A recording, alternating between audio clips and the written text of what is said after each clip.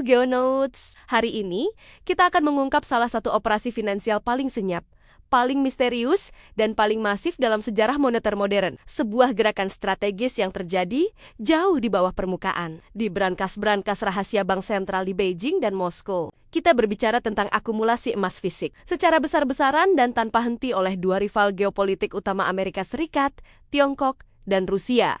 Tindakan kolektif dan rahasia ini, yang sering diabaikan media mainstream yang sibuk dengan fluktuasi dolar harian, adalah sinyal peringatan paling jelas dan paling berbahaya bahwa ada sesuatu yang sangat fundamental sedang terjadi di jantung sistem moneter global. Tesis sentral kita sangat provokatif.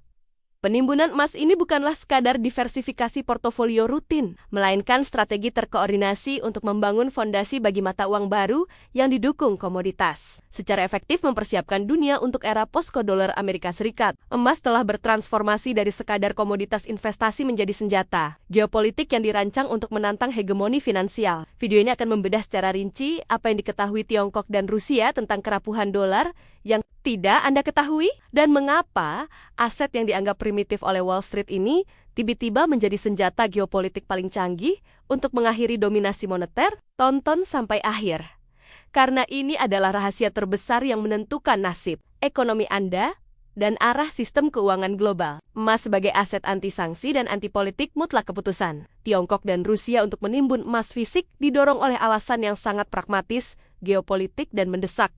Emas adalah aset anti-sanksi yang sempurna setelah Amerika Serikat dan sekutunya membekukan ratusan miliar dolar cadangan devisa Bank Sentral Rusia sebagai sanksi. Peristiwa ini berfungsi sebagai wake-up call global yang brutal bagi setiap bank sentral di dunia. Mereka semua melihat bahwa aset dolar yang disimpan di dalam sistem perbankan barat dapat dijadikan sandera politik, disita, atau dibekukan berdasarkan keputusan politik Washington. Emas fisik yang disimpan di dalam negeri di brankas bank sentral adalah aset yang kebal hukum dan jurisdiksi Amerika Serikat. Emas tidak dapat dibekukan melalui sistem SWIFT, tidak dapat dilacak melalui Federal Reserve, dan tidak tunduk pada keputusan Kongres Amerika Serikat. Oleh karena itu, bagi Tiongkok dan Rusia, emas adalah asuransi kedaulatan moneter yang mutlak diperlukan untuk melawan dominasi sistem sanksi finansial Amerika Serikat. Emas adalah alat untuk memutus ketergantungan moneter dan menjaga otonomi politik. Motivasi Tiongkok membangun kredibilitas yuan dan pengamanan kekayaan dari risiko dolar. Motivasi Tiongkok dalam menimbun emas sangat berlapis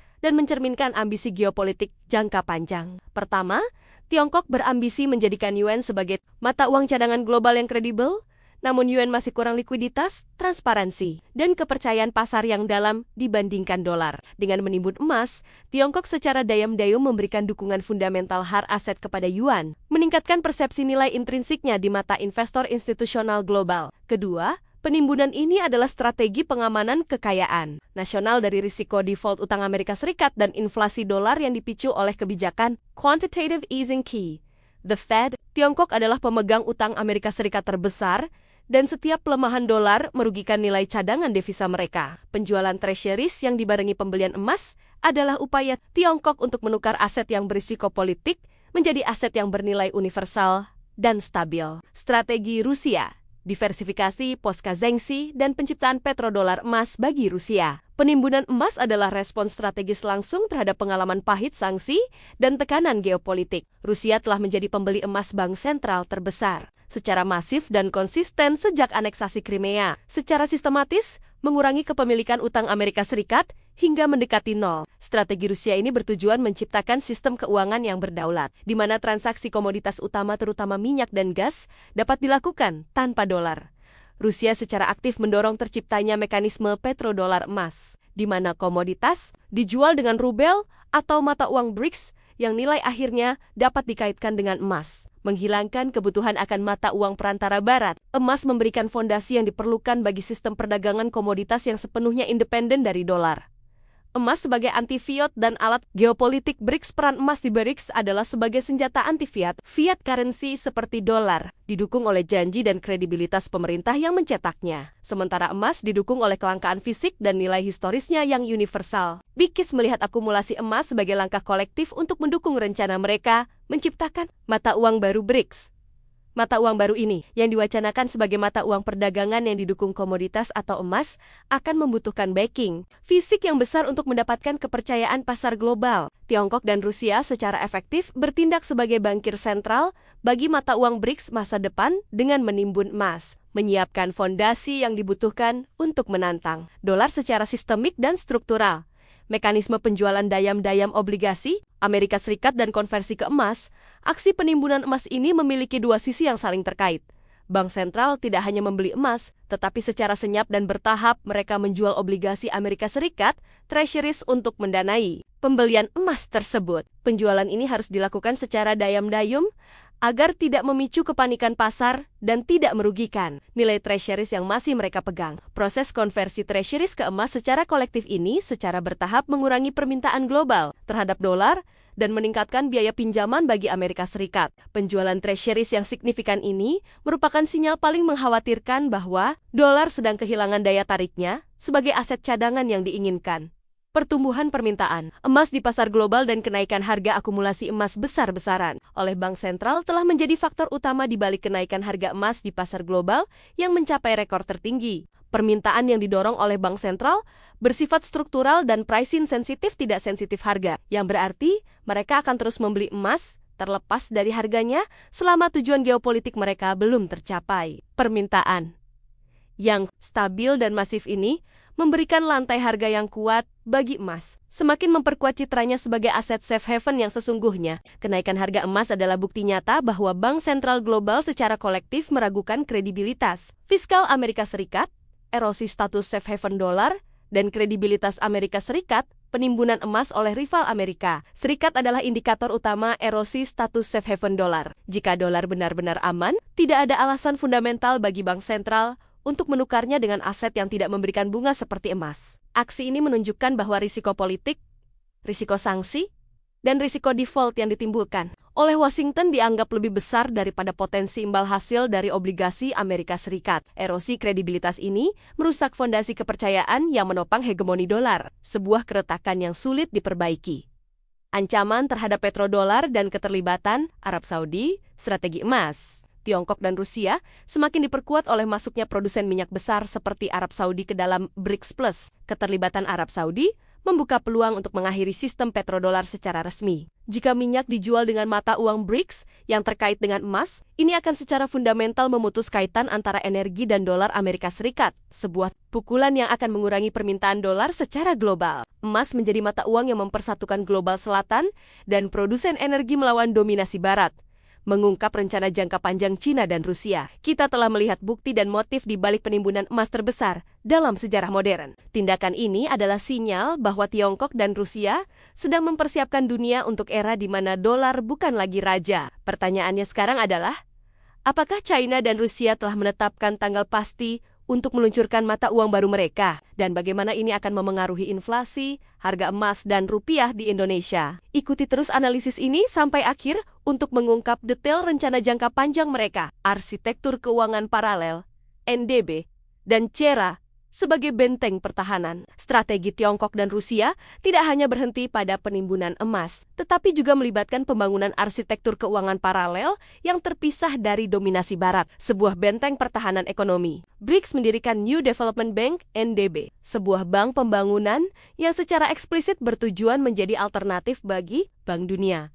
NDB secara aktif memberikan pinjaman dalam mata uang lokal negara anggota Yuan, Rupiah, Rundrel, secara langsung mengurangi kebutuhan akan dolar Amerika Serikat dalam pembiayaan infrastruktur global. Lebih jauh lagi, mereka membentuk Contingent Reserve Arrangement (CIRA) yang berfungsi sebagai jaring pengaman likuiditas kolektif bagi negara-negara anggota BRICS jika terjadi krisis pembayaran atau tekanan spekulatif dari barat. Institusi ini menunjukkan bahwa BRICS ingin menciptakan infrastruktur keuangan yang otonom dan tangguh, sebuah sistem yang tidak tunduk pada aturan atau kendali Amerika Serikat atau IMF. Hedge terbesar Tiongkok melawan dolar. Penimbunan emas Tiongkok adalah upaya untuk memperkuat peranan yuan secara tidak langsung. Tiongkok sangat menyadari bahwa yuan tidak dapat menjadi mata uang cadangan global tanpa backing yang kuat dan tanpa meningkatkan liquidity globalnya. Emas memberikan garansi fundamental yang dibutuhkan yuan, meningkatkan kepercayaan investor dan bank sentral lain terhadap stabilitas nilai yuan, Tiongkok telah secara agresif mempromosikan yuan dalam perdagangan, terutama dalam penyelesaian komoditas energi dengan Rusia dan Arab Saudi.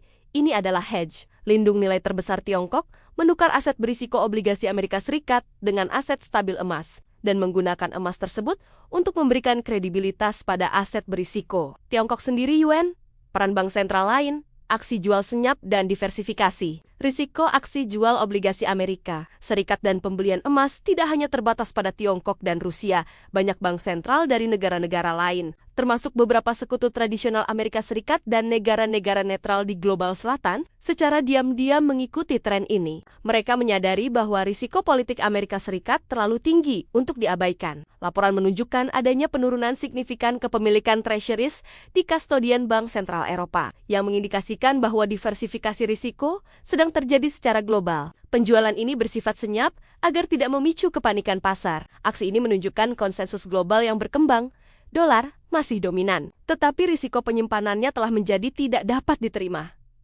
Strategi BRICS Plus membangun koalisi geopolitik emas. Ekspansi BRICS menjadi BRICS Plus dengan masuknya produsen energi besar Arab Saudi, UEA, Iran, dan kekuatan regional Mesir, Ethiopia adalah langkah kunci dalam strategi moneter mereka. Ekspansi ini menciptakan koalisi geopolitik emas yang menguasai mayoritas pasokan energi dan komoditas penting dunia. Dengan menguasai suplai energi dan memiliki cadangan emas yang besar, BRICS Plus dapat secara efektif menuntut perdagangan komoditas dilakukan dalam mata uang non-dolar. Emas berfungsi sebagai ikatan yang mempersatukan negara-negara dengan sistem politik dan ekonomi yang beragam ini, memberikan mereka dasar bersama yang universal untuk menantang Amerika Serikat.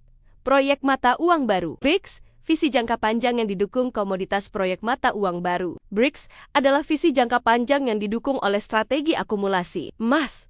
Meskipun mata uang ini mungkin tidak menjadi mata uang fisik yang menggantikan dolar, tujuannya adalah menjadi unit akun referensi untuk transaksi perdagangan antar anggota. Mata uang ini direncanakan didukung oleh keranjang komoditas termasuk emas, minyak, gandum, memberikan nilai intrinsik yang stabil yang tidak dimiliki oleh dolar fiat. Akumulasi emas saat ini berfungsi sebagai dana cadangan dan jaminan awal untuk mata uang baru ini, menunjukkan bahwa BRICS serius dalam membangun alternatif moneter yang memiliki backing aset real, ancaman terhadap exorbitant privilege, dan biaya pinjaman federal. Aksi jual obligasi Amerika Serikat oleh Bank Sentral Global secara langsung mengancam hak istimewa yang berlebihan. Exorbitant privilege yang telah dinikmati Amerika Serikat selama puluhan tahun. Hak istimewa ini memungkinkan Amerika Serikat meminjam dengan suku bunga yang sangat rendah. Penjualan obligasi secara terus-menerus mengurangi permintaan global terhadap dolar dan meningkatkan biaya pinjaman bagi pemerintah federal Amerika Serikat. Hal ini akan meningkatkan beban utang nasional dan secara finansial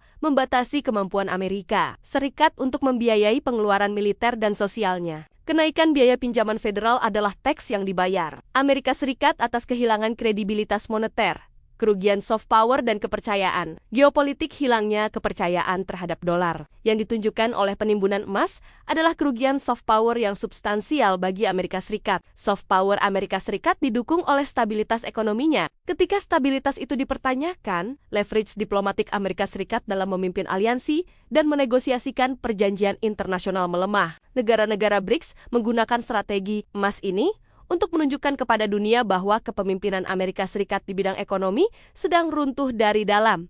Dampak spillover ke lembaga keuangan AS dan risiko likuiditas. Meskipun Bank Sentral Amerika Serikat, The Fed, tidak akan kehabisan dolar. Penurunan permintaan treasuries oleh asing menciptakan risiko likuiditas di pasar domestik Amerika Serikat. Pasar treasuries adalah yang paling liquid di dunia.